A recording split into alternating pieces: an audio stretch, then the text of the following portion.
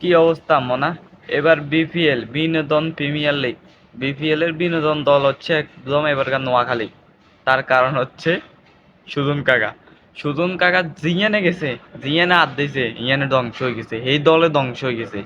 এবারকার বিপিএল এর সবচেয়ে বিনোদন যদি কোনো দল থাকে সেটা হচ্ছে নোয়াখালী। সবার একটা আশা ছিল, ভরসা ছিল এবারকার নোয়াখালী কিছু করব বা নোয়াখালী কিছু দেখাই দিব। নোয়াখালী যেহেতু একটা নামের দিকে সেরা, নোয়াখালী একটা ভাইরাল জেলা, তারা এখন দল নিছে, বিপিএল এবার দল নিছে নোয়াখালী এক্সপ্রেস। মনে করছে যে এবার নোয়াখালীতে কিছু হইব বা কিছু করব, কিন্তু দুঃখের বিষয় হইলে এবার বিপিএল এর সবচেয়ে বিনোদন যদি দল থাকে সেটা হইলো নোয়াখালী। তার একমাত্র কারণ হচ্ছে সুজন কাকা। এই সুজন কাকা জিয়ানে হাত দিতে ইয়ানে ধ্বংস হয়ে গেছে।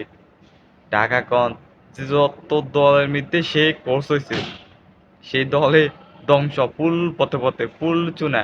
আমি কইছি না যে নোয়াখালী এবার পথে পথে যাইবে, পথে পথে তো গেছে, কারণ কোচ সুজন কাকা। আর সুজন কাকা, তবে সামনের বার আমার মনে হয় না সুজন কাকা কোচ হিসেবে কোনো দলের দায়িত্ব পালন করতে পারবো কিনা, আমার মনে হয় না।